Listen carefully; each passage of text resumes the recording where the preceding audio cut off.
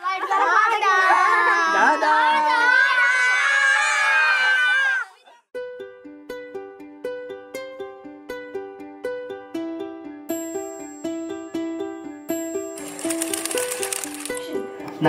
माझं नाव मयूर मनोज काकंडा आहे.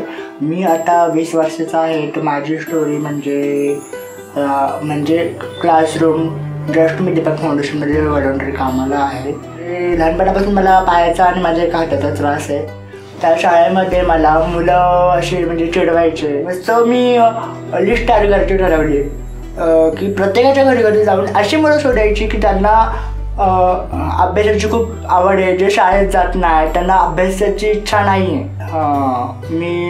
मला 21 मुलं भेटली.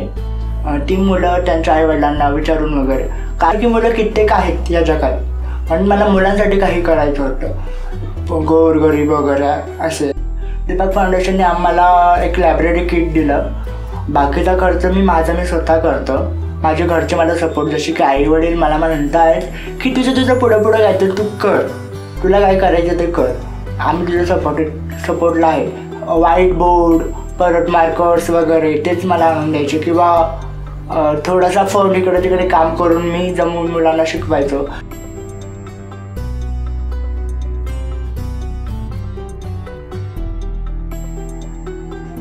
माझ्याकडे थोडंसं असं रागिष्ट म्हणजे की बाबा अचानकच असं कोणी आलंय घरी, कसं काय डायरेक्टली मुलं पाठवायची क्लासला. पण जसं जसं मयूरच्या क्लासमध्ये मुलं यायला लागले तसं त्यांना पण शिक्षणाची ओढ झाली. त्याच्यामुळे मुलं परत आणखीन शाळेत पण जायला लागले. जे जात नव्हते ते आता त्यांना शाळेत पण जाण्याची शिक्षणाची ओढ लागली. म्हणजे माझ्या क्लासमध्ये मी ॲक्टिव्हिटीज पण घेतो, जसे की एक चार्ट घेऊन मुलांचे हात वगैरे छापणं वगैरे अशा ॲक्टिव्हिटीज, किंवा मुलांना गोल करून बसवणं वगैरे अशा ॲक्टिव्हिटीज. मुलं पण मला खूप सपोर्टेड करतात. आणि मुलांच्यामध्ये मी स्वतःला बघतो, कारण की माझं फ्युचर, मी लहानपणी हँडिकॅप होतो, आता मी स्वतःच्या पायावर उभा आहे आणि आता मी 20-30 पोरांना शिकवतोय. मला मयूरदादा चांगला शिकवतो ते आवडतं आणि आमची खूप काळजी घेतो ते आवडतं. मयूरदादा चांगला शिकवतो, स्वभाव चांगला आहे त्याचा. नाही, पण ते कसं इथं जवळच्या जवळ पडत होतं म्हणून त्यासाठी ते इथं पाठवत होते.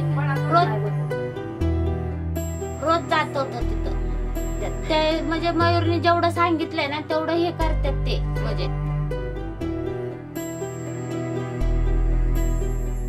कारण तो आमच्या भावासारखा आहे. तो चांगला शिकवतो, समजून घेतो.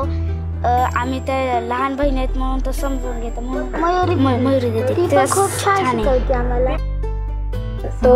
तो जेव्हा नसेल तो मला सांगून जातो की दीदी माझी मुलं येणार आहेत तर तू क्लास घे म्हणून. ती मुलं मला तर ऐकत नाहीत, पण मी घेते क्लास. तर आधी मयूर खूप शांत असायचा, म्हणजे इथेच आपलं शाळेमधून आला की बसायचा. अभ्यास वगैरे तो तर जास्त काही करतच नव्हता, म्हणजे त्याला शिकण्याची एवढी आवड नव्हती. पण आता जसं लायब्ररी चालू झाली तो शिकायला पण लागला. त्याने 10वी पण कंप्लीट केली, आता 11वीला आहे आणि खूप मॅच्युरिटी आली आहे, बोलायला वगैरे खूप ओळखी झाल्यात त्याच्या. आमच्यापेक्षा जास्त त्याच्याच ओळखी झाल्यात. माझ्या क्लासमध्ये मी स्वतःचा चाइल्ड बँक चालू केली आहे. त्याच्यामध्ये प्रत्येक मूल आपल्या खर्चासाठी, आपल्या क्लासरूमसाठी 1-2 रुपये टाकत असतो डेलीचे. त्यापणे सोशल वर्क म्हणजे MSW मध्येच इंटरेस्ट आहे.